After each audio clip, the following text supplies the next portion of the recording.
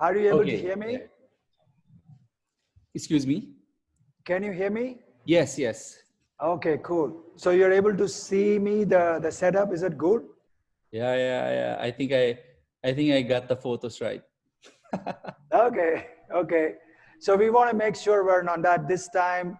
You know, when we did the Everest Sport launch, it was the first of the kind. They want to do it that way, but this time we want to do it a little different. So we want to give a feel for the product. While we cannot physically have you here, we want to do the next best, where we got a camera which can go around the vehicle. I can walk around the vehicle, show it to you, and explain the vehicles that are there. And I'm open to answer questions. And we made these slots across for each one of the media houses. So you have your 15 minutes where we can discuss anything that you want to talk about F-150 and the today's launch. So before I jump into it, you have the package already. I will just at a high level introduce two of the vehicles that we're launching today. To start with, I got here the F-150 4x4 Platinum Super Crew 80. So this is the top of the line Platinum variant that's available. And it's got a special satin aluminum alloy finish grille, signature element here. And it has got all chrome cues along the side.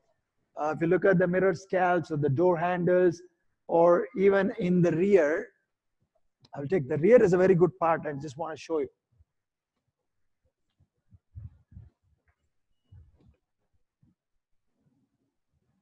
So rear finishes up with the satin aluminum finish applique, which has the platinum embossed on it to finish it up. Of course, it comes with a very glossy alloy, 6-spoke alloy 20-inch to kind of finish up that platinum spiel within the vehicle. Gets the platinum badge.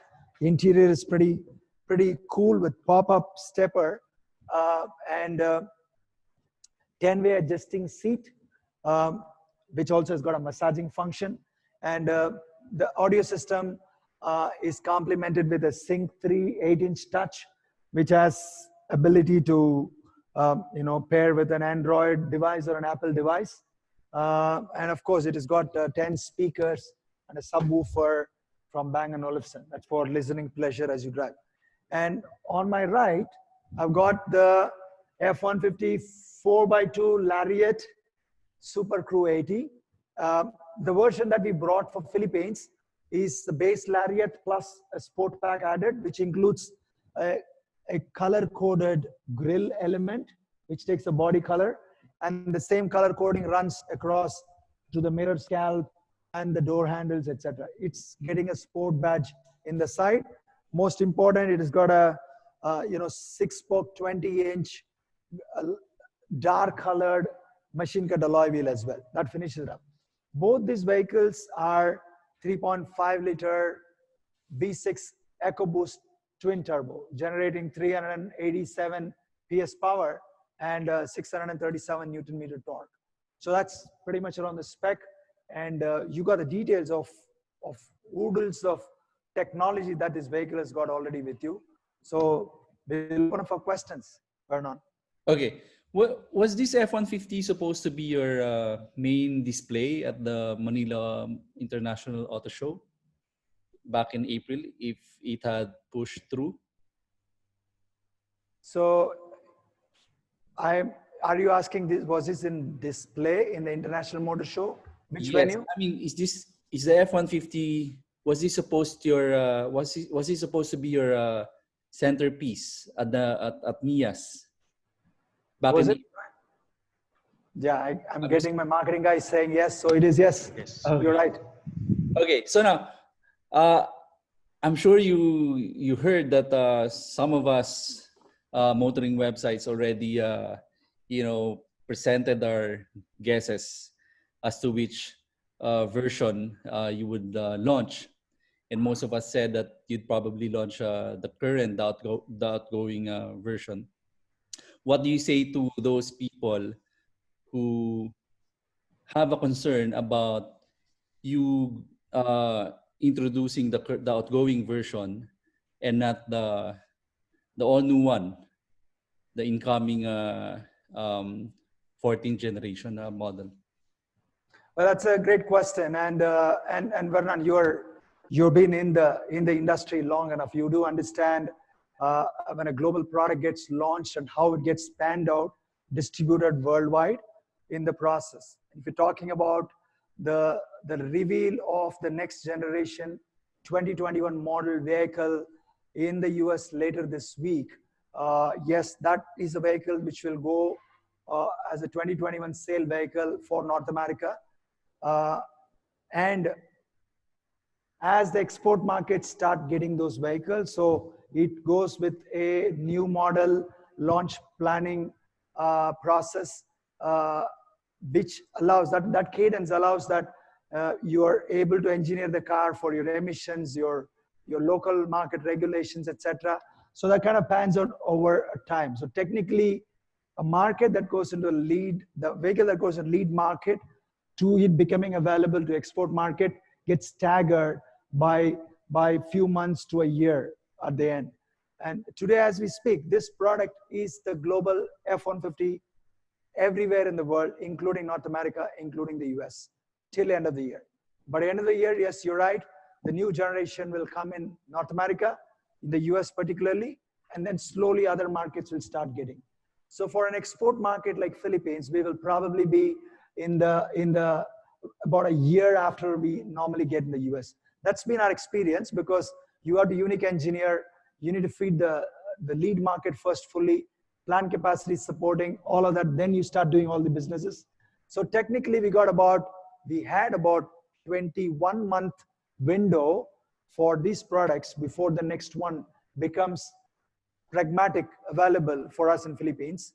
But the 21 got shrunk to maybe 18 months because we were to go launch in the month of March, as you know. We couldn't for COVID reasons. So we are now 3 months out doing the stuff.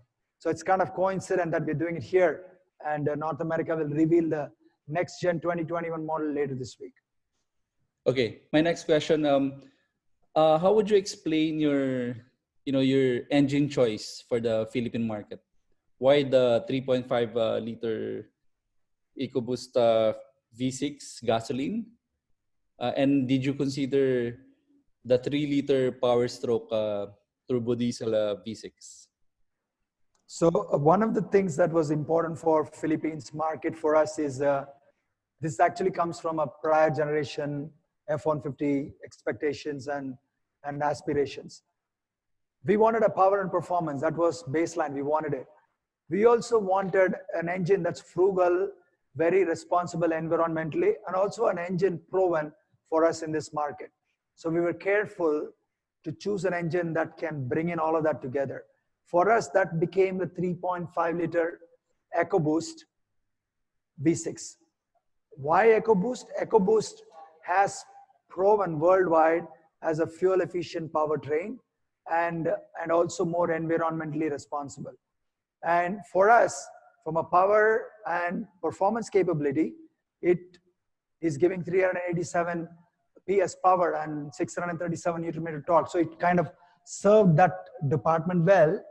And as a frugal engine, EcoBoost family of engines have proven worldwide. So that's why it became an opportunity for us to choose, given that the sensitivity of fuel economy for us in this market.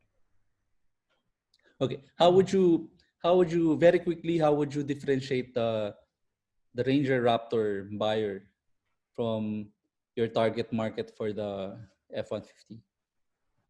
So I would believe a section of a Ranger Raptor buyers is what will break away to pick up this aspirational truck. Why I'm saying that is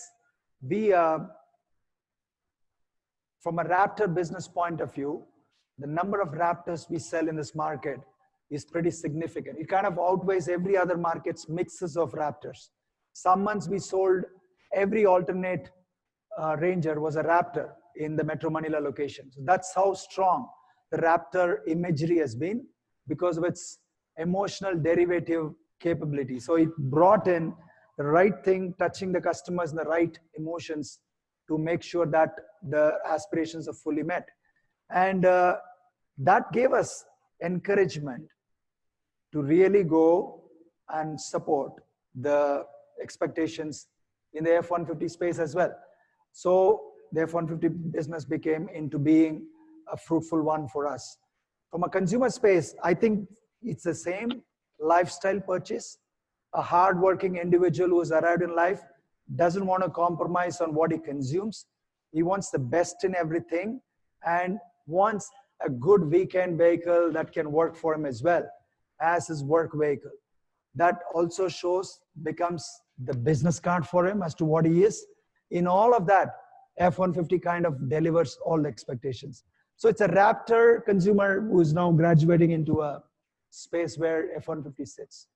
From a price point of view, the Lariat starts with 2,698,000 peso, while the Platinum starts with 2,998,000 pesos. And you can see that between a Raptor and a Lariat, it's about 700,000 peso gap.